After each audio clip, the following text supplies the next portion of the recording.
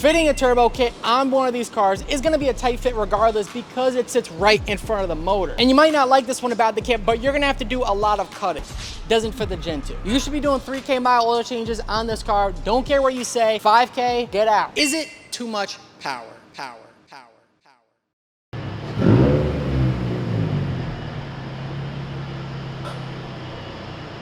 This right here is our 23 Subaru BRZ. We decided to pick up the HKS GT3 Turbo Kit 4 recently and slapped the Turb Ski on her. Needless to say, she's packing a little bit of power these days, but is it too much power? Well, in today's video, I'm gonna be giving you guys a post-turbo install on our 23 BRZ.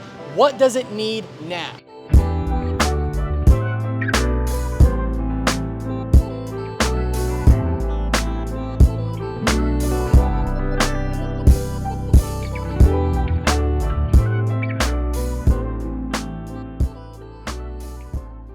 To give you guys a quick recap, we're making a nice and 406 to the wheels on our BRZ, dynoed at the shop CT and tuned by Zach at CSG. We're running HKS GT3 Turbo Kit with a set of IDX 1050 injectors and D-Works 300C fuel pump. We are also running E85. And as you guys may know, this kind of setup is rated for more power, but we're gonna talk about that later in the video. Well, now that you know our setup on our 23 BRZ, let's talk about the good, the bad, and the ugly. The HKS GT3 Turbo Kit on our second gen was rated for a 16-hour job. We did perform it at home. It was an at-home job performed by your boy, and I'd say it took us a few days. However, we had a few extra mods going on the BRZ to support the turbo kit, and when it's your own car, you like to take a little more time when you're working on it. Fitting a turbo kit on one of these cars is gonna be a tight fit regardless because it sits right in front of the motor. And that itself raises a pretty big problem, being that we have our radiator and our fan right in the front there. So because of where our turbo and our downpipe sits, we do need to do a lot of heat wrapping. And you might not like this one about the kit, but you're gonna have to do a lot of cutting. We're not talking about cutting plastic, simple stuff like that, but you're gonna have to do that too. We're talking about metals, we're talking about the body of the car. First things first, we got the radiator core support.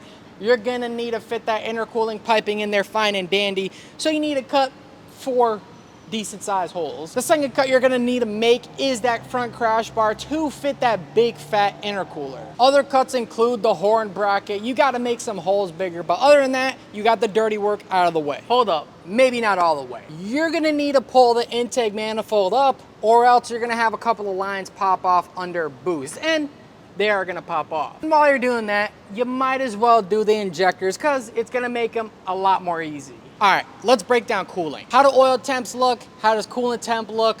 How are we doing overall? Are we melting things? Well, for one, if your hot parts are in contact with anything they shouldn't be, then 100% it's gonna melt them. Oil temps, what are we looking like? Well, if you guys saw our last video, the install video, you know that we try to retrofit the Gen 1 HKS oil cooler kit to our Gen 2. And we got it all mocked up. She was ready to go on for the most part. Lines hooked up. We went to go put the front bumper on. It doesn't fit. You have to cut your front bumper. Front bumper hit the oil cooler itself and the bracket. Safe to say, the HKS Gen 1 oil cooler kit doesn't fit the Gen 2. And it's unfortunate to say because the Gen 2 kit is pretty similar in terms of the oil cooler itself. Just the ducting is different and it's a substantial amount of money more. Well, hold on.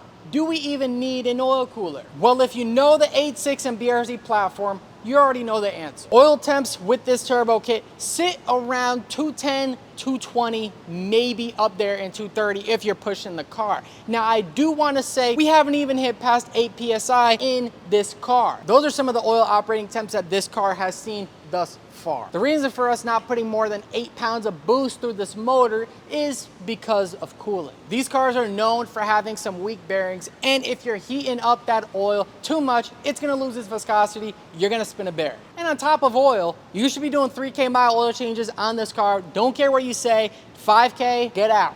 Don't want you here, get out. We're doing 3K mile oil changes only on a turbo BRZ GR86. Back to cooling. Cerakote is a good option for your hot parts, such as the downpipe, such as the headers, and of course, as per the kit instructions, we get to wrap the oil pan. which is a very good idea because it sits right by the headers. We opted not to get our hot parts Cerakoted only because the amount of time it took to have them Cerakoted, unfortunately. We just decided to heat wrap our downpipe with some titanium DEI wrap. And so far it's done a pretty good job. However, our number one next plan of action, a necessity because of how important it is to this platform, is an oil cooler. The reason this car has not seen crazy amounts of boost through this motor is because of the oil. You're gonna be seeing a lot of corners, a lot of twisties with this car, especially with the turbo kit, and the way you're gonna be driving is not hitting boost down low, but hitting it up high. That's the way these cars are meant to be driven, because if you're gonna be hitting boost down low, you're gonna be hitting a lot of torque, and that's gonna send the rods to the moon. If you guys didn't know, torque is what kills these motors. And in that higher rev range, things start to get hot a lot quicker. So you're gonna realize pretty soon that you need to invest in cooling. So maybe a vented hood, upgrade your radiator, maybe some slim fans, and of course,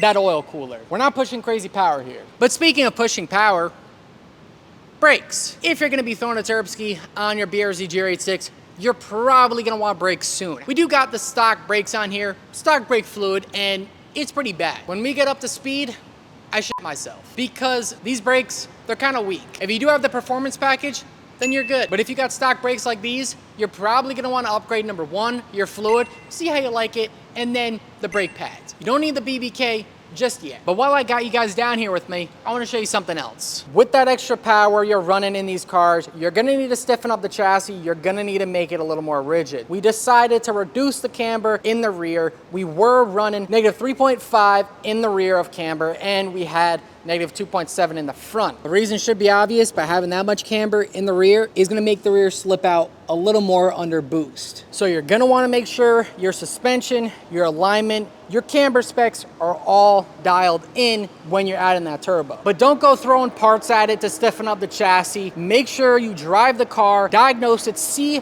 what it needs, and pinpoint those areas, then modify them and see the improvement. I'll give you guys a quick and easy example. After adding the turbo kit, in the corners, when we take them hard, we're seeing a good bit more of body roll. So adding that little bit of power to our sub 3,000 pound BRZ GR86 has exposed a couple of weak points, or perhaps created some weak points. That alone is something you need to consider before you boost your GR86 BRZ. So that's gonna lead us to our next question, and it's kind of ugly. Is it too much power? At 406 dynoed to the wheels, how am I feeling after a few weeks with this turbo BRZ? Well, in the corners, it gets up to speed, and I think it's sitting pretty right where it is. There's a few other things we need to tackle to make sure this car could handle those corners proper and right. However, the power is perfect. But I do want to say, if you do plan to track this car in any way and you reduce the amount of weight it has, then I think you might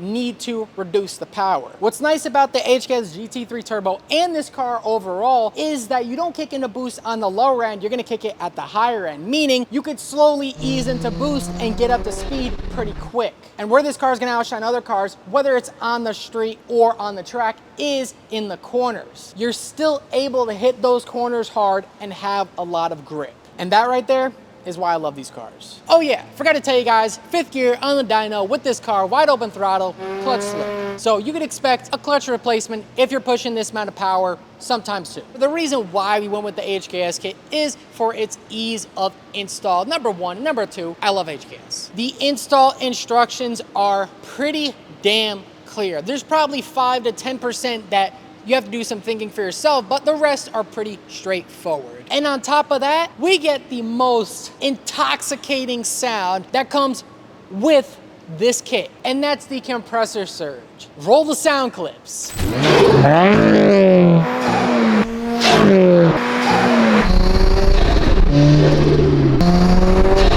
When this little guy spins up and then you hear that compressor surge, it's one of my favorite parts about this kit. And if you are gonna pick up an HKS GT3 kit, you're gonna wanna tab your boost gauge in between the wastegate. That's the most safe way you could go. So to answer the question, post turbo HKS GT3 install on our 2023 BRZ. What does it need now? Well, the answer is, it's a pretty simple one. It needs a lot. Do you think it is worth boosting your 2nd gen BRZ GR86 with all of what we talked about in today's video in mind? and let me know what you guys would upgrade next on our BRZ. But with that being said, I do want to thank you guys so much for watching today's video. It does mean the world to me, and we just hit 1,000 subscribers. Let's go! It's a small start, but we're getting there. So like I said, thank you guys so much for watching today's video. Make sure you hit the subscribe button. Stick around for more BRZ and FRS content. We got the FRS on the channel too if you don't know. Make sure to hit the like button if you made it to this far in the video. It means a lot. I do want to get the heck up out of here though. I am freaking starving. And I'll see you guys. Wait, hold on. And I'll see you guys in the next one. Whoop. Peace.